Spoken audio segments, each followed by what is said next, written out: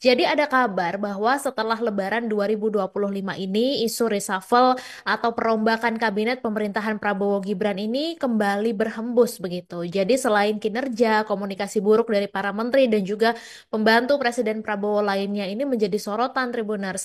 Nah, kemudian politikus PDIP Guntur Romli menilai bahwa Presiden ini perlu melihat catatan evaluasi para menteri dan juga kepala lembaga berdasarkan survei kepuasan publik atas kinerja pemerintah.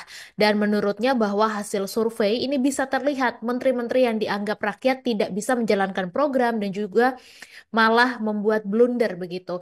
Dan Guntur juga mencontohkan blunder seperti yang dilakukan oleh Kepala Komunikasi Kepresidenan Hasan Nasbi ketika menanggapi teror kepala babi kepada kantor redaksi Tempo. Jadi dia berpendapat kalau pejabat yang sering blunder dalam berkomunikasi ke publik ini layak untuk dicopot. Dan juga dikatakan bahwa teror yang dialami oleh jurnalis Tempo ini tidak bisa dijadikan bahan candaan karena jika hal semacam itu dilakukan sama saja menormalisasi teror terhadap pers.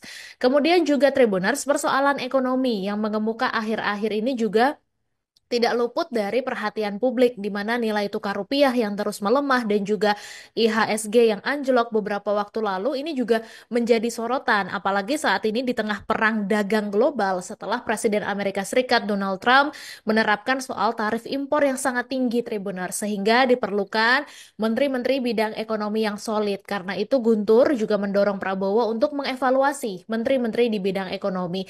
Dan salah satu indikatornya adalah memburuknya ekonomi dalam beberapa bulan terakhir. Juga Guntur ini menyoroti rangkap jabatan Menteri Investasi dan Hilirisasi Rosan Roslani sebagai Chief Executive Officer Danantara, di mana rangkap jabatan Rosan ini diyakini membingungkan publik dan juga pelaku ekonomi karena Rosan ini bertindak sebagai regulator dan juga eksekutor. Nah, kendati demikian, Guntur memahami bahwa reshuffle ini adalah hak prerogatif Prabowo sebagai presiden. Sehingga kita tunggu saja nanti seperti apa update-nya, apakah akan dilakukan reshuffle kabinet dalam waktu dekat. Download Tribun X sekarang, menghadirkan lokal menjadi Indonesia.